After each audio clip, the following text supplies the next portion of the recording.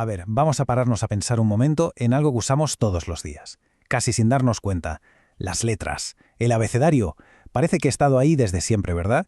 Pues bueno, la historia de cómo llegamos a tener estas letras es sin duda una de las más fascinantes y desconocidas de la historia de la humanidad. Así que vamos a meternos de lleno en ella. Cualquiera pensaría que la respuesta está en antiguas bibliotecas, o que fue cosa de reyes y eruditos. Pero no, la historia real es mucho más sorprendente. Nace de un problema de gestión, en uno de los imperios más grandes de la antigüedad. Es una historia de poder, de pura necesidad, y la verdad, de una solución absolutamente brillante. Para entenderlo, tenemos que viajar en el tiempo. Vámonos al Antiguo Egipto, más o menos al año 2000 a.C.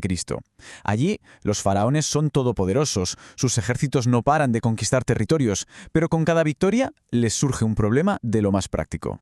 Y el problema era este: el imperio se hacía más y más grande, capturando a miles de prisioneros de guerra que se convertían en esclavos. Pero claro, ¿cómo se gestiona a toda esa gente? ¿Cómo se les dan órdenes complejas por escrito si no entienden ni el idioma, ni muchísimo menos esa escritura tan complicada que tenían? Era un verdadero cuello de botella para el imperio. Y es que aquí está el quid de la cuestión. La escritura jeroglífica era una locura. No estamos hablando de 20 y pico letras, como ahora. Hablamos de miles de símbolos diferentes. Aprender a leer y escribir eso podía llevar años y años de estudio. Y este contraste es fundamental para entenderlo todo. Por un lado, tenías a una élite muy pequeña de egipcios que eran los únicos que sabían leer y escribir. Y por otro, una masa gigantesca de trabajadores esclavizados que no tenían ni la más mínima posibilidad de descifrar ese código. O sea, que la escritura, en vez de ser una herramienta para comunicar, era más bien una barrera. Pero claro, como suele pasar, ante un gran problema, a veces surge una idea genial. Alguien en algún momento tuvo que pensar, un momento, ¿y si en lugar de tener un símbolo para cada idea, usamos un símbolo para cada sonido? Y aquí, justo aquí, nace el principio alfabético, la base de casi todos los sistemas de escritura que usamos hoy en día. Es una idea radicalmente simple pero potentísima. En lugar de tener que memorizar miles de dibujos, solo necesitas aprender unas pocas decenas de signos, los que representan los sonidos básicos del habla. Es que la escala de esta revolución fue brutal. Pasamos de un sistema con miles de caracteres a uno con apenas 20 o 30. De repente, aprender a leer y escribir dejaba de ser una tarea de élites que duraba años para convertirse en algo muchísimo más accesible para muchísima más gente. Un cambio total. De hecho, este nuevo sistema fue tan eficaz que el antiguo sistema jeroglífico, el de los miles de símbolos, acabó cayendo en el olvido. Se dejó de usar. Hasta tal punto que durante siglos nadie en el mundo sabía cómo traducirlo. La humanidad literalmente olvidó cómo leer los jeroglíficos, hasta que en 1799 encontraron la famosa piedra de Rosetta. Es increíble pensarlo, ¿eh? Muy bien. La idea es genial, funciona, pero ¿cómo pasa esto de ser una solución local en Egipto a dominar el mundo entero? Pues su viaje es tan fascinante como su origen.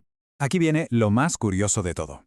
Su expansión no fue a través de la conquista militar, ni de los decretos de un rey, fue a través de la libertad. Cuando aquellos esclavos que habían aprendido este sistema tan sencillo fueron liberados o escaparon, se llevaron consigo esta herramienta increíblemente útil a sus tierras de origen. Y así, como si fuera la pólvora, el alfabeto empezó a extenderse por todo Oriente Próximo. Se convirtió en la semilla de la que nacerían otros sistemas de escritura importantísimos, como el árabe o el hebreo. Pero vamos, su viaje no había hecho más que empezar.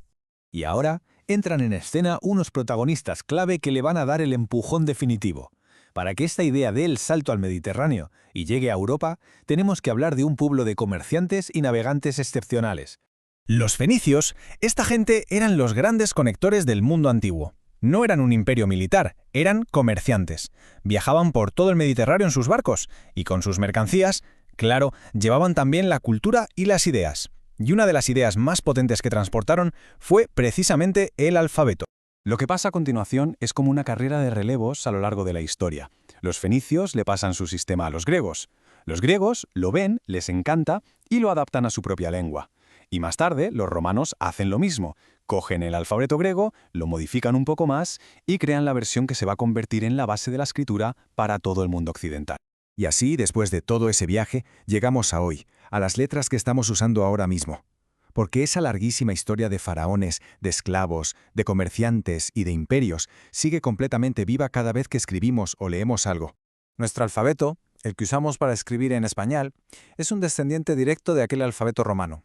Es, ni más ni menos, el resultado final de un viaje de 4000 años que empezó, recordemos, en las canteras y las obras del antiguo Egipto. Así que, al final, la conclusión es esta. Una de las herramientas más importantes de la civilización, el pilar sobre el que se construye la literatura, la ciencia, la comunicación, no nació en un palacio para un rey. Nació por la necesidad práctica de dar órdenes a un grupo de trabajadores esclavizados. Una solución humilde para un problema práctico. Y esto, la verdad, nos deja pensando.